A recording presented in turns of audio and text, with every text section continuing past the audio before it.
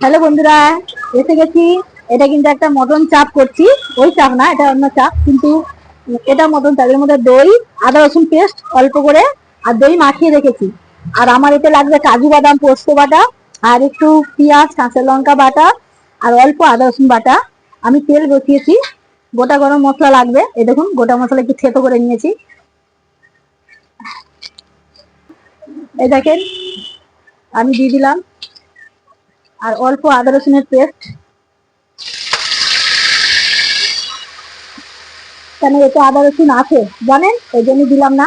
আর এই দেখুন, এই বাটা পেঁয়াজ কাঁচা লঙ্কা বাটাটাও আমি দিয়ে দিলাম। দেখেন বন্ধুরা, এটা কিন্তু লঙ্কা লাল লঙ্কা ফঙ্কা দেবো না।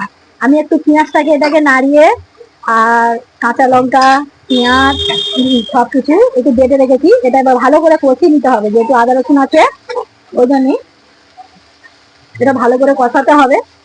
কষিয়ে নিই, তারপরে দেখাচ্ছি। এতে হলুদ লঙ্কা কিছু লাগে না, বুঝেছেন বন্ধুরা। আজকে শরীরটা ভালো নেই, ওই জন্য মুখে কথাও আওয়াজ বেরোচ্ছে না, কিন্তু একটা তো কোনো কিছু ছাড়তে হবে আমায়।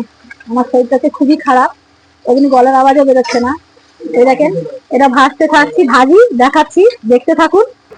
আচ্ছা দেখুন, এটা কিন্তু আমার ভাজা ভাজা হয়ে গেছে, বুঝেছেন বন্ধুরা। এই দেখেন, দেখেছেন, দারুণ ভাজা হয়ে গেছে। এবার কিন্তু আমি এই কাজু বাদাম আর পোস্তটা এটা আমি দিয়ে দিচ্ছি, দিয়ে আমি ভালো করে কষাচ্ছি। দেখুন, এটা কিন্তু আমার কষা হয়ে গেছে। হ্যাঁ, একটু নাড়িয়ে নিয়েছি। এরপরে যে দই মাখা আর একটু আদা রসুনের পেস্ট একটু গোলমরিচ মাখিয়ে রেখেছি, এবার আমি এটা দিয়ে দিলাম।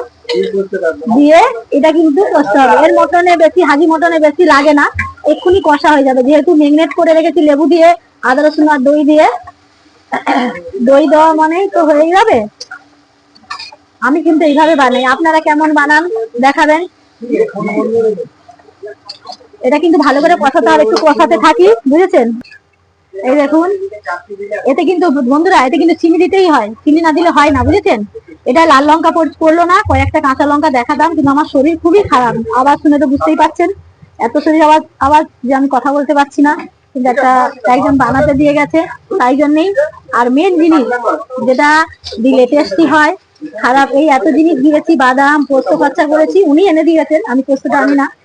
এবার ওই জন্যই দেখুন, মেন লবণ, এটা তো আমি ভুলে গেছিলাম, এটা তো মাস্ট, এটা তো দিতেই হবে, নাহলে তো টেস্ট আসবে না। এটাই মেন জিনিস, যতই যা ব্যবহার করেন। এটা কিন্তু আমি দিয়ে দিলাম পরিমাণ মতন, এটা কিন্তু আলু পড়ে না, এটা এইটাই হবে, এটাই কষা হবে। আর কিন্তু জল দেবো না, এমনি কষা কষা করবো। দেখুন, এই মটনে এমনি হয়ে যাবে, এমনি হয়ে গেছে। দেখেন, আর মাখিয়ে যে রেখেছি, একটু ভালো করে কষিয়ে নিই, তারপরে আবার দেখাচ্ছি, দেখতে থাকুন। দেখেন বন্ধুরা, আমার কিন্তু এই মটন চাপটা রান্না রেডি। এটা কিন্তু ওই চাপ না, এটা কিন্তু দেখেন পিস পিস করা সলিড মাংস, হাড্ডিওয়ালা মাংস সব। এটা কিন্তু উনি এরকম হালকা বলে একটু বডি এরকম করে খাইয়ে, তো তাই জন্য করলাম, এটা আলু ফালু পড়ে না। এই দেখুন, আমার কিন্তু রেডি, বুঝেছেন। এবার আমি একটু ওপরে, আপনারা যদি খান ঘি গরম মশলা দিতেই পারেন, ঘি দিতেই পারেন। আমি তো ঘি আমার থাকে না, আমি ব্যবহার করি না, জানি, কিন্তু আমি একটু গরম মশলা গুঁড়ো ব্যবহার করলাম সামান্য একটু। এই দেখেন, হাতে করে, উনি এটা দিয়ে যায়নি, এটা আমার রেসিপির মধ্যে আছে যে একটু গরম মশলা দিতে হয়। অফ করে দিয়ে কিন্তু দিলাম। দেখুন, আমার কিন্তু রেডি।